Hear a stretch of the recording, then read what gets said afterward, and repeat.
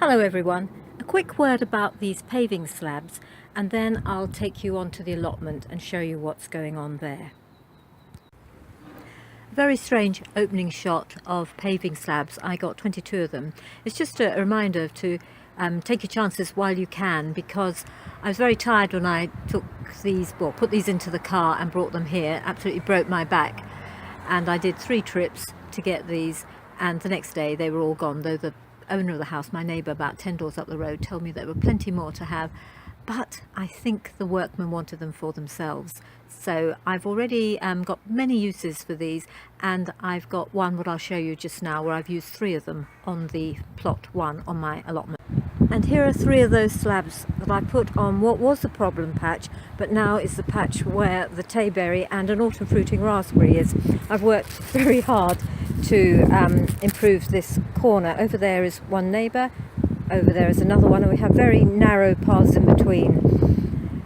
And here is the autumn fruiting raspberry called Acre. Now when I've read articles on autumn fruiting raspberries, they've always mentioned plants such as polka, autumn bliss, Joan Jay and a few others, but I haven't heard of Acre. But the person before me left a pot of this and I nearly killed it off. It seems to be quite a strange raspberry, because it seems to fruit on last year's stems as well as this year, but I'll have to see how it goes. I know you're meant to cut back autumn fruiting raspberries in February, but I'm just going to let it stay in the soil and strengthen and see how that goes. This is a little seedling which could be tayberry or raspberry, but I think it's raspberry, so I put that in the ground. And I put some flowers, good old forget-me-nots, and a few vulgaris over there. And this is the tayberry. I haven't yet used the tension wires to tie them up, which I'll get round to later on. These posts I'm very pleased with. I got them for £2 each from B&Q. They were reduced from, sorry I'm moving round, reduced from £12 to £8 and then to £2, and there's a very good reason for it, because they've got little, I don't know if you can see that, notches on them at various places, and I think that gives them some kind of weakness, but they're perfectly suitable for me. I bought 5 of them, and one of them has a curve to it, but these are absolutely fine. While I'm on plot 1, I'll show you very quickly how some of the vegetables are doing. This is the garlic, and that is looking really good. I have this great fear that, as with last year, it will in May, sometime around there, get terrible rust, and once it gets rust there's nothing you can do about it. Last year someone about 50 metres up the allotment had lovely garlic, totally rust free, and I've just no idea why mine got rust. I sort of made a mistake here. I left a space there because I thought I'd planted daffodils there. Strange enough, I'd planted daffodils here, and so I'm not quite sure what's going to happen. Who's going to fight it out between the daffodils and the garlic? As you can probably see, the winds have picked up even more than they did a few days ago, and I reckon that it's still about 50 to 60 miles per hour. So if you can't hear me, I do apologise. I still have a few lettuces left, and I've been taking leaves off them, but I know the slugs will get them soon, so I shall pick more and eat more. Those again, I will be eating the leaves. I'd planted those too late. And I still have 5 small cabbages left of tundra. On plot 2, the overwintering onions radar are looking quite good. And a few daffodils coming up, and some forget-me-nots. And then as I move over to the other side is where I'm going to put the main crop onions. Sorry for shouting, but this wind is amazing. I'll just show you the different layers. This soil I got from someone's house where they were working. The workmen were building, and I asked permission. I got 9 buckets full, and I was quite careful on leaving the great big gobbets of clay behind and the stones. But it's a bit clayey soil. It's loam, but it's clayey. So I put, this is the next layer I put on agricultural gypsum, and it's probably the wrong kind of weather to put this floaty stuff on because it's being blown away, so I'm going to do this video very quickly. And on top of that I put some ordinary potting compost from B&Q, and on top of that, which I haven't got yet, I will put some sand, and then I will fork the lot in. And I just moved down around the corner to where the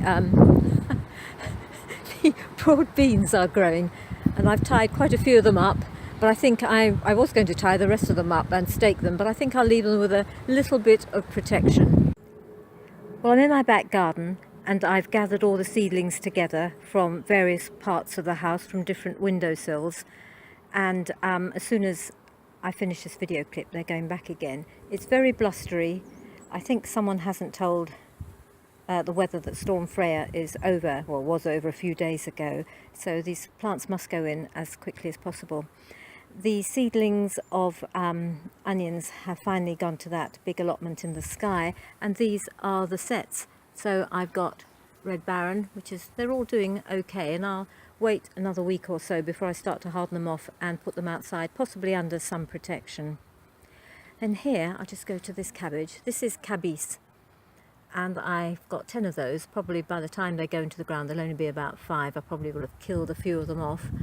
I grew this last year, and it is a lovely, big, sweet, juicy, crispy cabbage. So I do recommend growing that. And I was influenced by Charles Dowding.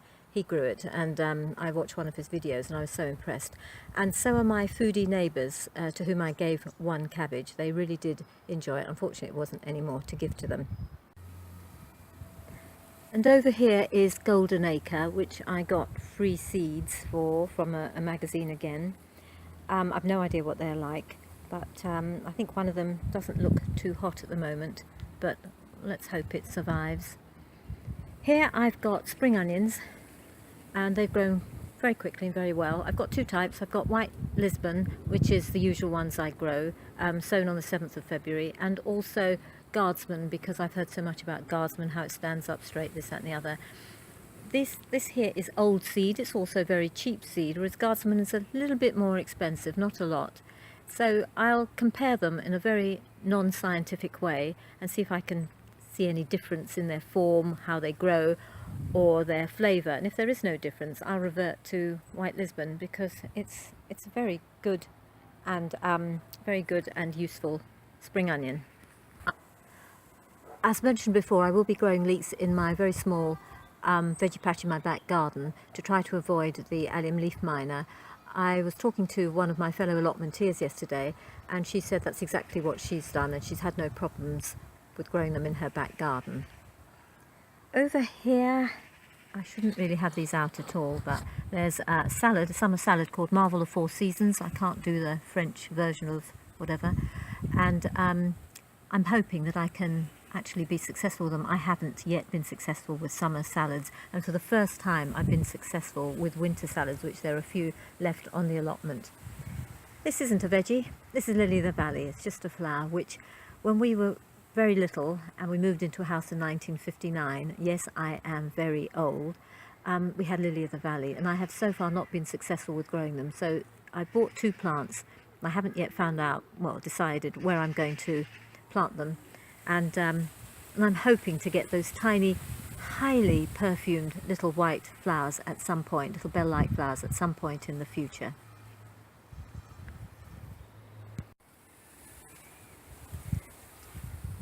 I'm now in my back garden. Well, that's it for today, folks. I'll just mention a couple of these plants here. They're Hellebores.